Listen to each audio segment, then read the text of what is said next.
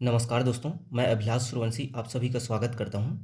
चलिए आज हम वर्गमूल और घनमूल पर आधारित कुछ प्रश्न हल करके देखते हैं। तो पहला क्वेश्चन है वर्गमूल 900 धन वर्गमूल 0.09 धन वर्गमूल 0.000009 का मान क्या होगा। तो देखिए ऐसे प्रश्नों को हल करने के लिए सबसे शुरू हम इनके मान को निकाल लेंगे और इनका जो मान आएगा उन संख्याओं को हम फिर जोड़ देंगे। तो इस प्रकार से इसका हल हमें प्राप्त हो जाएगा।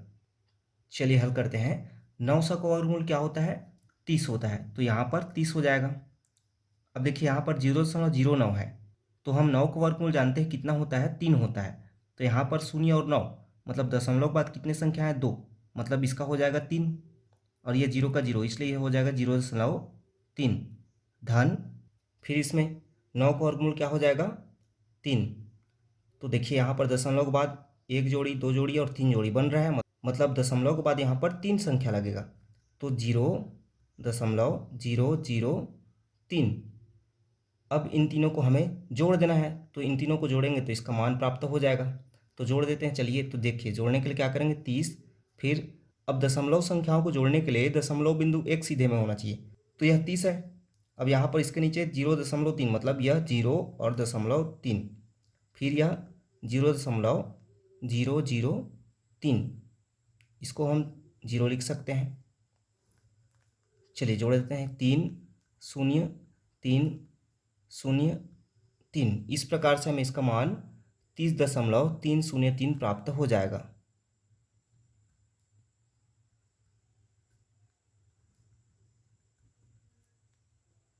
चलिए दूसरा प्रश्न देखते हैं। यदि 841 का वर्गमूल 29 हो तो वर्गमूल 8.41 धन वर्गमूल 0.0841 धन वर्गमूल 0.00841 का मान क्या होगा।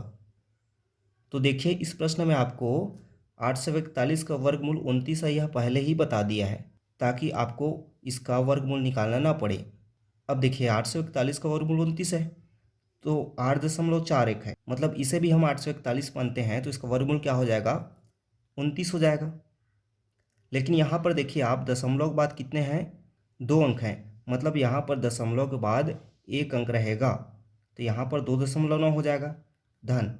अब देखिए यहाँ पर 1 और 2, 2 जोड़ी बन रहा है दशमलव के बाद, मतलब दशमलव के बाद 2 अंक रहेंगे, इसका मान हो जाएगा 0.29 धन यहाँ पर 1 2 3, दशमलव के बाद 3 जोड़े बन रहे हैं, इसलिए यहाँ पर दशमलव के बाद 3 अंक रहेंगे, इसलिए 0.029 हो जाएगा।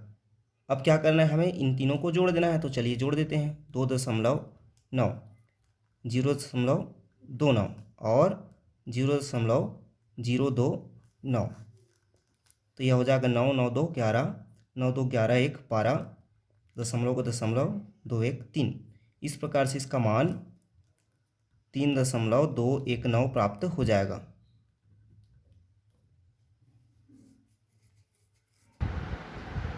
अगला प्रश्न है, यदि 13.69 बराबर 3.7 है तो इसका मान हमें बताना है। अब देखिए यहाँ पर 13.69 है, इसका 3.7 है, तो 1369 का क्या हो जाएगा, 37 हो जाएगा। तो चलिए इसे हल करते हैं। तो 1369 का क्या हो जाएगा, 37 धन 0.1369, मतलब दशमलव के बाद यहाँ पर 2 जोड़े हैं, इसलिए दशमलव के बाद 2 अंक रहेंगे, मतलब 0.37 हो जाएगा धन यहाँ पर दशमलव के बाद 1 2 और 3 जोड़े हैं, इसलिए दशमलव के बाद 3 अंक लगेंगे, तो 0.037। अब इन तीनों को जोड़ देते हैं, तो 37 0.37 0.037, तो 7 7 3 10, 3 1 4, 7 और 37। इस प्रकार इसका मान 37.47 प्राप्त हो जाएगा।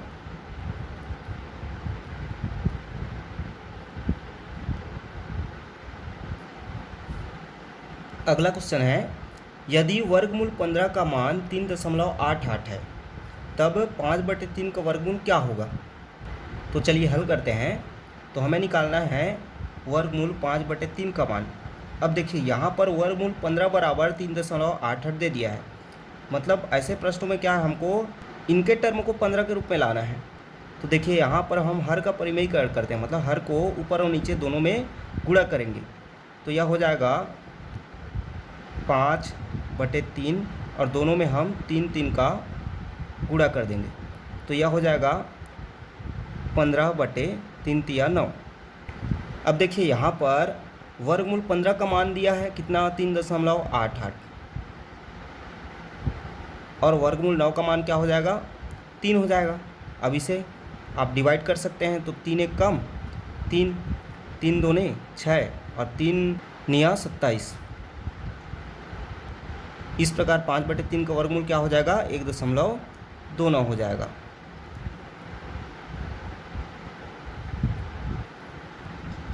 अगला क्वेश्चन है वर्गमूल 0.009 गुणा वर्गमूल 0.064 का मान क्या होगा। अब देखिए यह थोड़ा सा डिफरेंट है पहले से।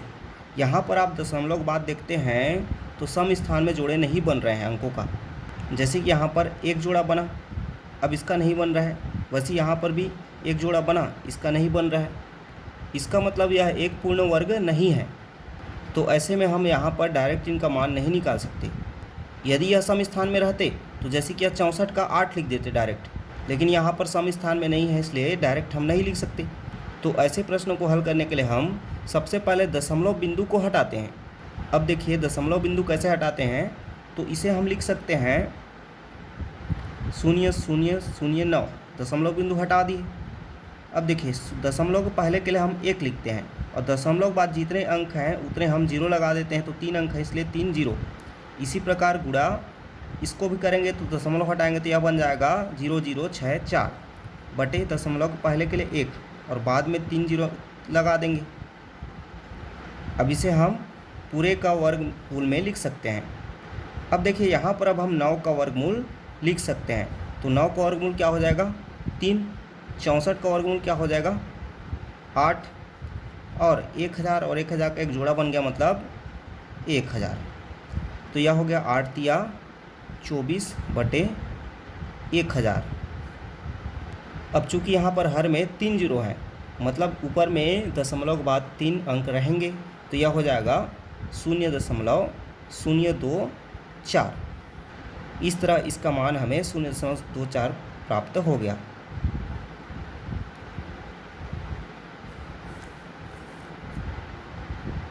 अगला प्रश्न है वर्गमूल 0.0576 गुणा वर्गमूल 1.69 बटे वर्गमूल 0.0144 का मान कितना होगा। तो चलिए हल करते हैं। अब देखिए यहाँ पर यह क्या है, 576 है और दशमलव के बाद सम स्थान में जोड़े बन रहे हैं, मतलब हम 576 का डायरेक्ट वर्गमूल लिख सकते हैं। तो 576 का वर्गमूल कितना होता है, 24 होता है। तो चूंकि दशमलव के बाद 2 अंकों के 2 जोड़े बन रहे हैं, इसलिए यह हो जाएगा 0.24, 2 जोड़े इसलिए दशमलव के बाद 2 अंक लगेगा। फिर गुणा में 1.69, तो इसका कितना होता है, 169 का 13 होता है। और चूंकि दशमलव के बाद एक जोड़े बन रहा है, मतलब दशमलव के बाद 1 अंक लगेगा, तो हो जाएगा 1.3 बटे यह हो जाएगा 144। तो 144 का होता है 12 और दशमलव के बाद 2 जोड़े बन रहे हैं, मतलब दशमलव के बाद 2 अंक लगेंगे, तो 0.12। अब देखिए यहाँ पर हर से हम दशमलव के बाद 2 अंक हटाएंगे, तो अंश में भी हमें दशमलव के बाद 2 अंक हटाना पड़ेगा। तो हटा सकते हैं यहाँ पर, तो यह हो जाएगा 24 और गुणा 1.3 बटे यह हो जाएगा 12। तो 12 कम 12 दूनी 24। तो इस प्रकार इसका हल हमें प्राप्त हो जाएगा 2 1 कम 2 तिया 6।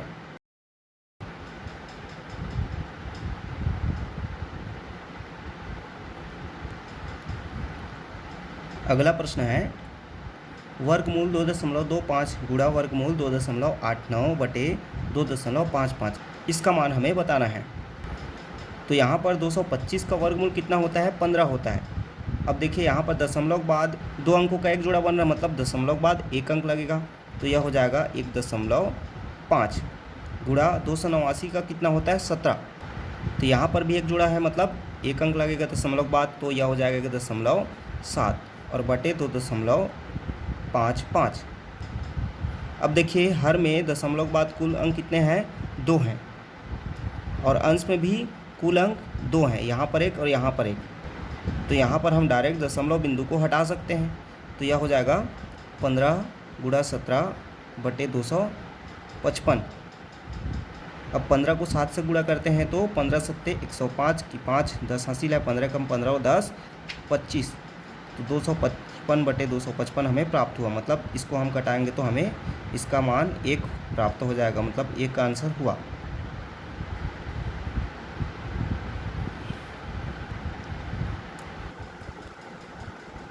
देखिए यह बहुत अच्छा क्वेश्चन है, एग्जाम में इस तरह का क्वेश्चन बार बार पूछा जाता है। तो हमें इसका मान बताना है कितना होगा। तो देखिए इस प्रकार के प्रश्नों में हम अंश और हर में दशमलव के बाद के अंकों को गिन लेते हैं कि बराबर हैं कि नहीं। तो पहले अंश में देखते हैं दशमलव के बाद कितने अंक हैं। यहाँ पर 1 2 3 4 5 6 7 और नीचे में देखते हैं हर में तो 1 2 3 4 5 6 7। तो यहाँ पर अंश और हर में दशमलव बिंदु के बाद 7 मतलब समान अंक हैं, इसलिए हम डायरेक्ट इनके दशमलव बिंदु को हटा के लिख सकते हैं। तो इसे हम लिख देंगे 81 गुणा 36 गुणा 64 और यह हो जाएगा 16 गुणा 49 गुणा 9। अब इन सब के वर्गमूल को हम लिख देते हैं। तो 81 का क्या हो जाता है 9, 36 का 6, 64 का 8 बटे 16 का 4, 49 का 7 और 9 का 3। अब यहाँ पर हम डिवाइड कर देते हैं, 3 एक कम 3 तिया 9, 4 एक कम 4 दूनी 8।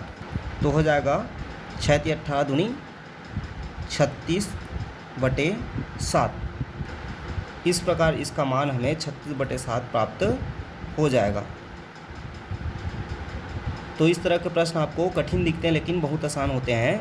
अंश और हर में दशमलव के बाद के अंकों को हम देखते हैं कि बराबर है कि नहीं। बराबर है तो डायरेक्ट हम दशमलव बिंदु हटाकर हल कर देते हैं।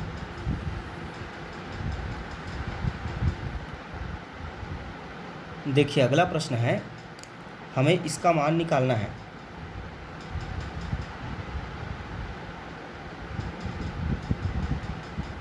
तो ऐसे प्रश्नों में हम हर को अंश की तरह बनाते हैं ताकि वे एक दूसरे के बराबर होकर आपस में कट जाएं और फिर हम आसानी से हल कर सकें।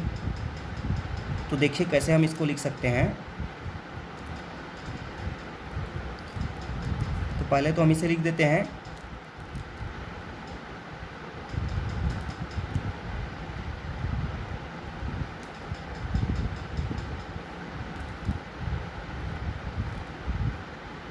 अब देखिए यहाँ पर 0.01 को हमें 0.1 के जैसे बनाना है। तो इसको मैं 0.01 को 0.1 बटे 10 लिख सकता हूँ कि नहीं। यदि ऐसा लिखते हैं तो हमें वापस इसका मान 0.01 प्राप्त हो जाएगा। इसी प्रकार इसको मैं 0.01 बटे 10 का होल स्क्वायर लिख सकते हैं और वैसे भी इसको भी 0.009 बटे 10 की घात 2 लिख सकते हैं। अब देखिए यहाँ पर हम इनको लिख सकते हैं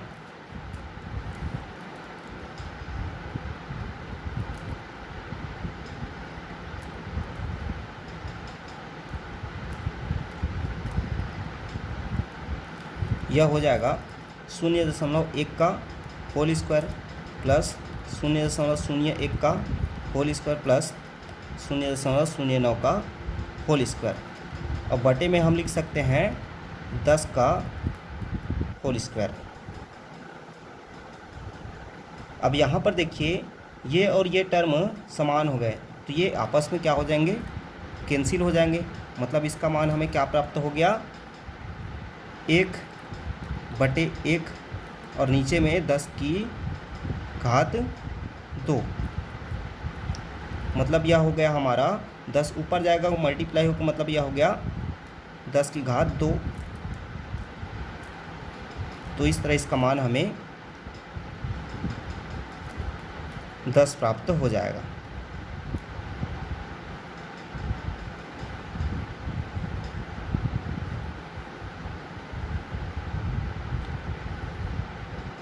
देखिए अगला क्वेश्चन है, यदि वर्गमूल 256 भागित वर्गमूल x बराबर 2 है तो x का मान क्या होगा।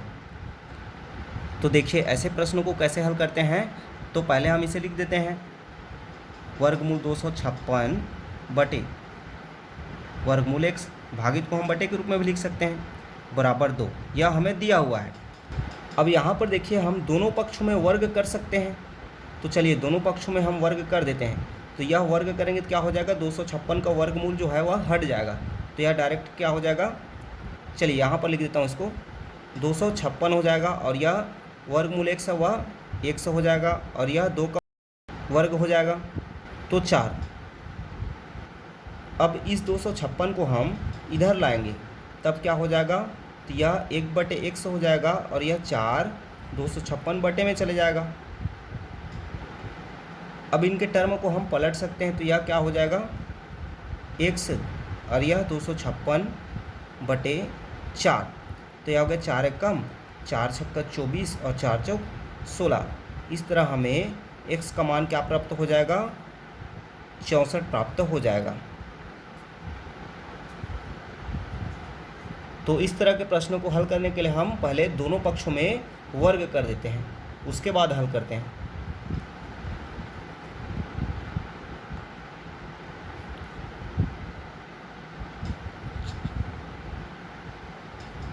चलिए एक और क्वेश्चन देखते हैं, यदि x बटे 144 का वर्गमूल बराबर 5/12 हो तो x का मान क्या होगा।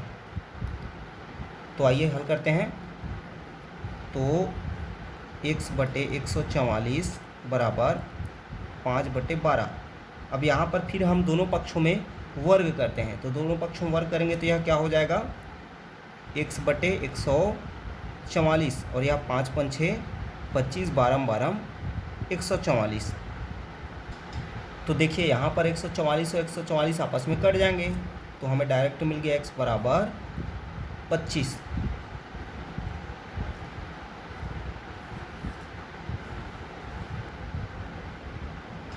चलिए अगला क्वेश्चन देखते हैं, यदि वर्गमूल 1 धन x बटे 144 बराबर 13/12 हो तो x का मान क्या होगा। तो आइए हल करते हैं। तो पहले तो हम लिख देते हैं इसे जो दिया है, 1 धन x बटे 144 बराबर 13/12। अब फिर हम दोनों पक्षों में वर्ग करते हैं, तो क्या हो जाएगा, यह 1 धन x बटे 144, वर्गमूल हट जाएगा, और यह 13 और 13 का क्या हो जाएगा, 169 बटे 12 का 144 हो जाएगा वर्ग। अब हम इस एक को इसके तरफ ट्रांसफ़र करते हैं, तो क्या हो जाएगा, यह x बटे 144 यहाँ रह जाएगा, और यह 169 बटे 144 ऋण 1 हो जाएगा। अब इन दोनों को घटाएंगे तो क्या होगा, x बटे 144 बराबर 144, दोनों का एलसीएम, यहाँ पर 169 ऋण 144, तो यह हो जाएगा x बटे 144। 169 में 144 घटेगा तो 9 में 4, 5 6 में 4, 2 1 में 1 कट गया। अब यहाँ पर देखिए 144, तो 144 से 144 कैंसिल हो गया। इस तरह हमें x बराबर 25 प्राप्त हो जाएगा। तो इस तरह के प्रश्न आप कोई भी पुस्तक से लेके और भी हल करिए। उम्मीद करता हूँ मेरा पढ़ाया सब चीज़ समझ आ गया होगा। तो यदि मेरा वीडियो पहली बार देख रहे हैं तो मेरे चैनल को सब्सक्राइब कर लीजिए ताकि अगले वीडियोज़ की नोटिफिकेशन आपको मिलता रहे। धन्यवाद।